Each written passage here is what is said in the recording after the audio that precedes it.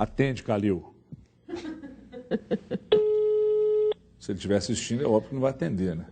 Tomara que não esteja assistindo. Não queremos contar com a sua audiência, Calil. Atende o telefone. Mas alguém já ligou para ele e falou que você está tentando, boba. Não parece que não... Está assistindo. Não está funfando. Está assistindo. Aliás, o presidente Daniel Nepomuceno atende também, Maluf, atende aí, gente. Vamos esclarecer umas dúvidas aí com respeito à Liga. Seu nome foi citado para ser presidente da CBF, ô Daniel. Atende a gente aí, vamos falar, vamos trocar uma ideia e tal. Posso dar 3 exemplos da bagunça que a gente vive no nosso futebol? Tem 30 segundos para fazer. O primeiro exemplo, o torcedor do Atlético começou a comprar ingresso ontem sem saber qual time que entra em campo na semana que vem. Eu acho isso falta de respeito com o torcedor. O segundo exemplo, o advogado da Primeira Liga vira e fala que ela é independente, que não precisa de CBF, porque está na Lei Pelé e no Código do Torcedor.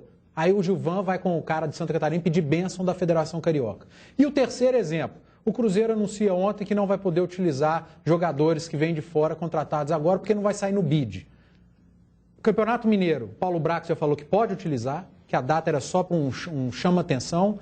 E a Primeira Liga, o presidente da Liga e do Cruzeiro falou que é em caráter amistoso, ou seja, também pode utilizar. Então, gente, eu não estou entendendo mais nada do que acontece. Tem que sair no bid o nome, né? No bid, quando o torneio é oficial. A Primeira Liga, o torneio é amistoso. Então o Atlético vai ser punido porque usou o jogador na Florida Cup. Mas é porque o Cruzeiro vai ser punido porque jogou em Cariacica com o Sanches Minho e o Pissano. Eu não consigo entender, não entra na minha cabeça essa declaração do Cruzeiro, sendo que o Atlético já falou que vai colocar para jogar na Primeira Liga, o diretor de competições da Federação Mineira falou que até no Campeonato Mineiro pode também. Então eu não consigo entender mais nada. Gente, toma um remedinho que você está muito nervoso. O atacante André não faz mais parte dos planos do Atlético, treina em horários diferentes do resto do elenco. Se a maior contratação da história do clube parece sair pela porta dos fundos, um outro atacante tem um início promissor no Atlético. Vamos falar dos dois agora. André Salles, o repórter galã e bom, esteve lá. Veja aí. Os jogadores do Atlético voltaram aos treinamentos após a conquista da Florida Cup. A ovada no aniversariante Vitor mostra que as coisas vão bem para quase todo mundo na cidade do Galo. É que o atacante André está fora dos treinos com o grupo e não faz parte dos planos do Atlético. O jogador de 25 anos tem contrato até junho e negocia com o Corinthians. Mas a gota d'água foi uma foto publicada sem o escudo do clube em uma rede social. Pegou de surpresa, né? Porque a gente viu ele aqui, a gente trabalhou com ele, vê ele... O que ele fez, ele tem o pensamento dele, tem a vida dele. Se ele fez aquilo, eu acho que ele fez para o bem dele. Então, a gente não tem como julgar, só esperar a decisão. Maior contratação da história do Atlético, o atacante André custou cerca de 20 milhões de reais aos cofres do Galo. O jogador não correspondeu e deve sair pela porta dos fundos. Situação bem diferente de um outro atacante que acaba de chegar. Em 3 semanas de clube, Yuri já deixou uma boa impressão e fez até gol. Eu buscava isso porque a primeira coisa que passa na minha cabeça é me dedicar, né, nas oportunidades que tiverem. Essas foram as 2 primeiras. E eu vou fazer igual ou melhor nas próximas. Depois de 2 temporadas no futebol chinês, o jogador de 24 anos deseja se firmar no Atlético e confirmar o início promissor com a camisa do Botafogo. Vontade não vai faltar. É isso que todo mundo pode esperar, sim. Não só de mim em relação à parte tática, mas em relação à dedicação. A função que tiver que ser cumprida pelo time, pelo que o treinador pedir, eu vou tentar fazer para ajudar. Muito bem, tá aí. Vamos por parte, vamos esquartejar a notícia. Aliás, o comentário. Ídolo, na mesma proporção da chegada e das altas cifras colocadas na vinda do André para o Atlético, está, não vou dizer ódio, mas a raiva do torcedor atleticano com ele. Mesma proporção, 8 milhões % a mais do que sempre foi depois desse ato cometido pelo André aí. O André teria sido a pior contratação da história do Atlético, na sua opinião? Sem dúvida alguma. Eu acho que essa pergunta é fácil até se a gente levar em conta a inexistente relação custo-benefício no caso do André. A pior possível. Para escolher a pior contratação, tem que entrar no pacote, sim, o custo.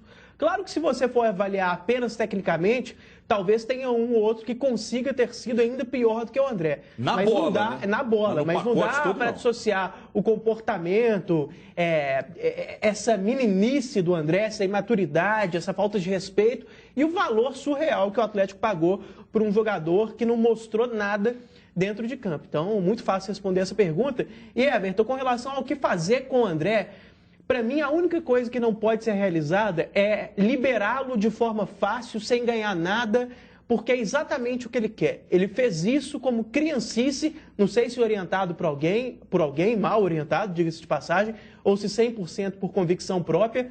Acho que dá para acreditar nas duas teses, porque a gente sabe que pensar não é muito forte dele, então ele tanto pode ter recebido um conselho ruim e ter aderido de qualquer maneira, ou ter pensado essa besteira com a sua própria criatividade.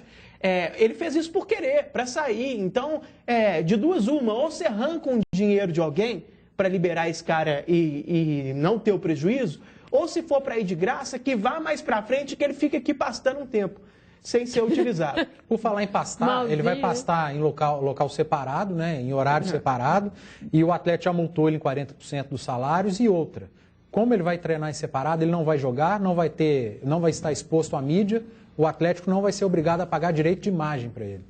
E aí vai ser o salário da carteira, até o final do contrato, se ninguém tirar o André. Lembrando que ele pode... O fato é que o esporte gostaria de tê-lo de volta. Paga. O Corinthians, o Edu Gaspar, já confirmou que conversou sobre o jogador. Agora, evidentemente, que você não vai liberar o cara... Entendeu? Não, vamos liberar e fica tudo por isso mesmo. Ele cometeu um ato de indisciplina aqui, cede ele para vocês e fica tudo certo. Não é assim que funciona. Só para esclarecer uma coisa aqui, para não parecer vingancinha e também um ato, de certa maneira, infantil e imaturo, quando eu defendo que o Atlético não o libere de forma fácil, tendo em vista, inclusive, o ponto de vista mais racional do futebol, que é a parte do negócio. Você ainda tentar, por mais que ele seja desqualificado aqui, ele tem algum mercado. Você ainda tentar, do ponto de vista racional, diminuir o seu prejuízo e ganhar algum dinheiro. Esse é um ponto. E o segundo, é inegável, não no sentido imaturo, repito, mas é inegável que tem um lado positivo